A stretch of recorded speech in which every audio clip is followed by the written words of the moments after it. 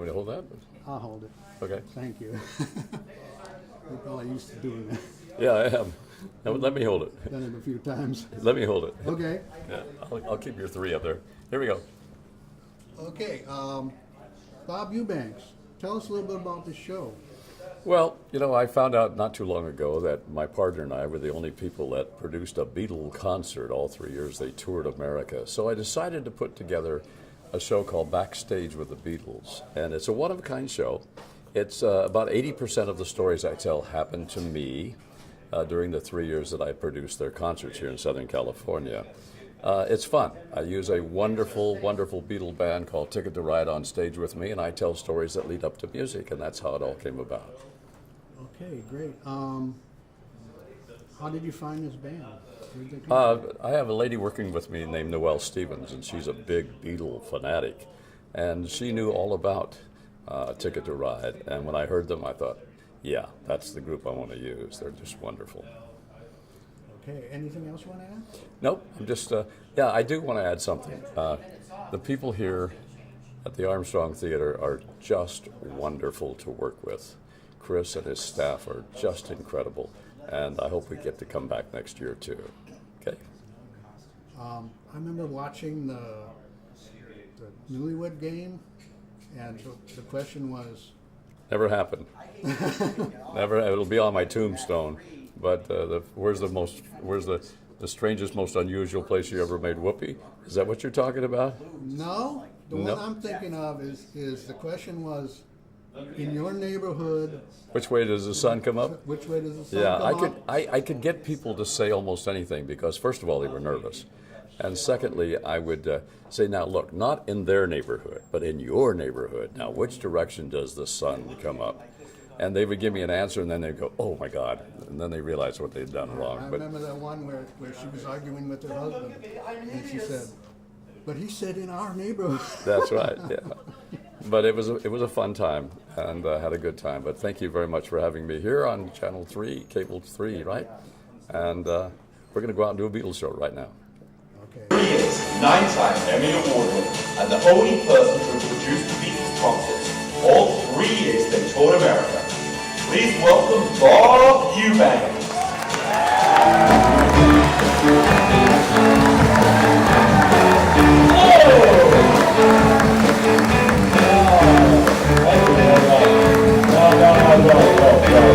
Don't stop. Don't sit there.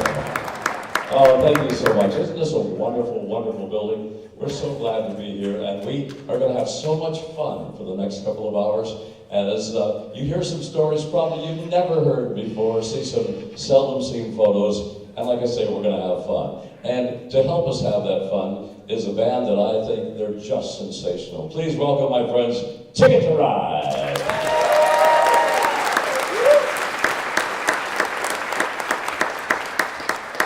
When I hear that twist and shout, boy, does that bring back memories to me. 1964, Hollywood Bowl. That was the first song that the Beatles sang when they came out, and it just gives me goosebumps now. I was the promoter. Now you're probably saying, well, what is a promoter? Well, let me tell you, I had to buy the act, I had to rent the building, I had to pay for the security, I had to pay for the stagehands, and you would pray to God there was something left over after that.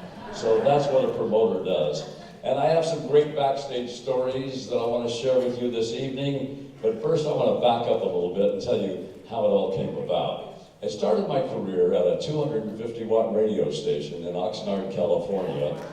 200 watts went into the ocean, 50 watts went to the cemetery next door. Hey folks, I was out there talking to myself. In fact, one time, I had a big rock and roll album giveaway contest. I must have mentioned it 200 times. And I finally said, you know what, I'll just give it to the first person that calls.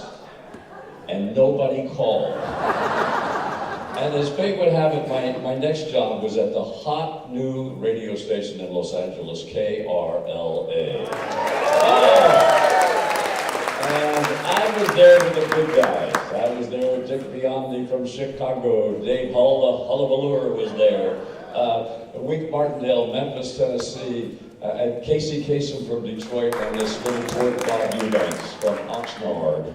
So when they, and I had never heard the Beatles before. And all of a sudden, these record promoters start saying, have you heard that new sound? Have you heard that new sound? And I said, no, I haven't heard the new sound.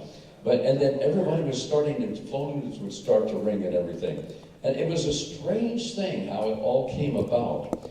And I was never very good at picking records. I was better at doing business things. But we would have these disc jockey meetings. And they kept mentioning about the Beatles and about the Beatles and about the Beatles. And even when I first heard the record in the disc jockey meeting, I'm not very good at picking out hits, but I could tell something was different. Something was about to happen, and boy, did it ever. So the first Beatle record I heard was on VJ Records. Now, VJ Records was a soul music label. But Brian Epstein, the Beatles manager, tried to get them on Capitol. And the guy at Capitol said, no, we don't want them. They're nothing but another little boy band.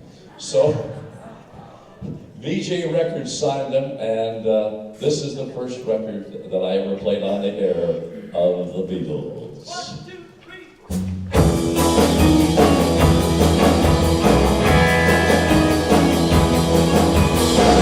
Last night I sang these words to my girl. I know you never even try, girl. Come on. Were released on VJ Records. And they did okay. I mean, they didn't set the world on fire, but they were good enough and had enough sales that the Capitol guys said, oh, wait a minute, maybe we've made a mistake. So Brian Epstein got a hold of Capitol Records, and they did the whole thing again. And Capitol signed the Beatles. And even though the president of Capitol Records, his mother, said that their first #1 record was the worst piece of crap she'd ever heard, it became #1, and here it is. 1, 2, 3.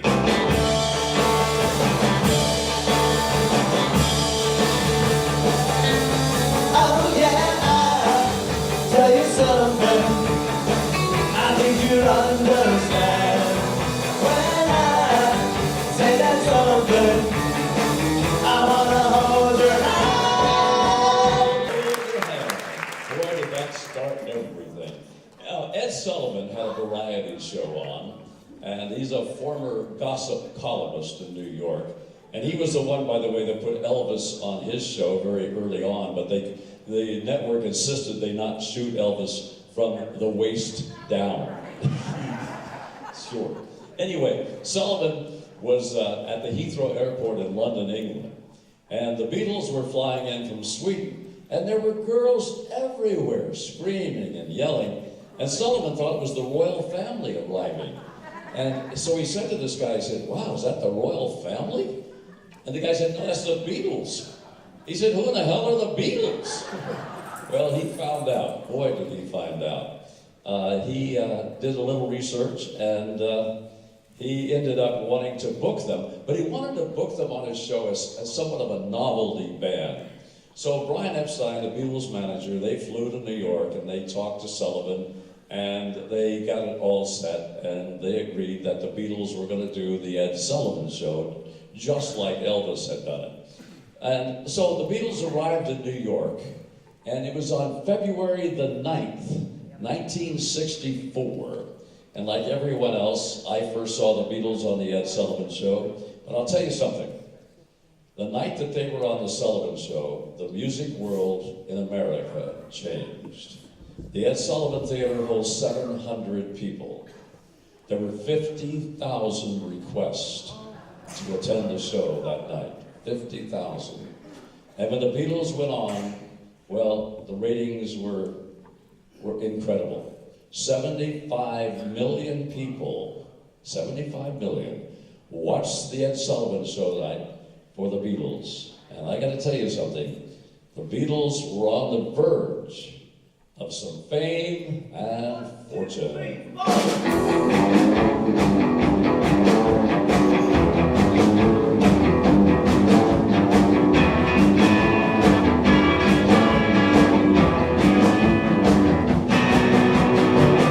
The best things in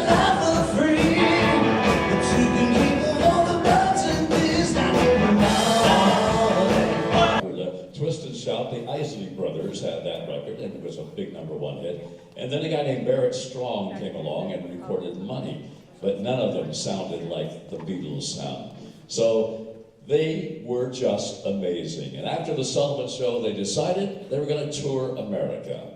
And Brian Epstein, their manager, knew a guy named Norman Weiss at the General Artists Corporation, GAC, located right here in Beverly Hills. So they signed with GAC, and what GAC did is they went to their regular concert promoters that they had used. And they'd always used a guy at the Hollywood Bowl named Lou Robin. Lou Robin was used to buying Frank Sinatra and Ella Fitzgerald for $10,000.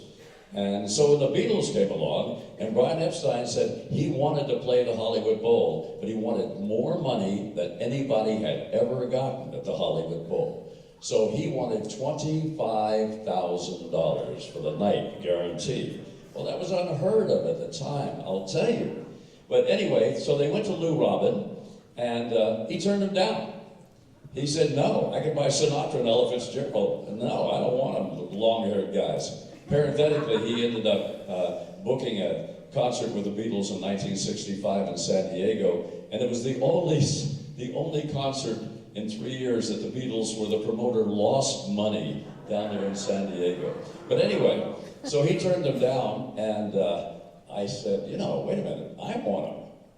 And so I went to GAC, and the thing is, I was a disc jockey at the hot new station, but I also had some young adult nightclubs called Cinnamon Cinders. And so I was a buyer at GAC. And so I would book Stevie Wonder, Ike and Tina Turner, the Beach Boys, the Righteous Brothers. So I had it all going for me. But I went to GAC and they said no. But then there was this lovely lady named Julie Stedham. And Julie helped me out. She was an agent over there, and I would buy all of my talent from her. Finally, they said, well, okay, I'll make you a deal. If you can get the Hollywood Bowl, you're going to have the Beatles. So I called the Hollywood Bowl, and they said, well, if you can get the Beatles, you can have the Hollywood Bowl. I said, what? So I was having a rough time getting them all together. I'd never produced a concert before. And Julie Stedham called me and she says, don't worry, it's going to be okay. Don't worry, because we're going to work it out. We really are. Try to send it my way, but have to keep on talking till I can go on. Why see it your way? There's a chance that we might fall apart before we know. We can work it out. I had to come up with $25,000. And I had a business partner named Mickey Brown who partnered with me on the Beatles concerts also. But we owned a house in Calabasas. And so I went into Security Pacific Bank and I said, I want to borrow money on my house. He said, okay. He said, what are you going to use it for? I said, well, we're going to promote the Beatles concert at the Hollywood Bowl. He said, get out. So I went down the street to a little bank called Trans World Bank. And the manager, Liz Miller, they had just repoed a motorcycle. It was leaking oil all over the floor. But Liz's son was a big Beatle fan. And she loaned me the $25,000 that we needed. And we signed the deal. And I'm going to tell you something. Oh, nice story. Oh my God. And I'll tell you a little fact that I found very interesting.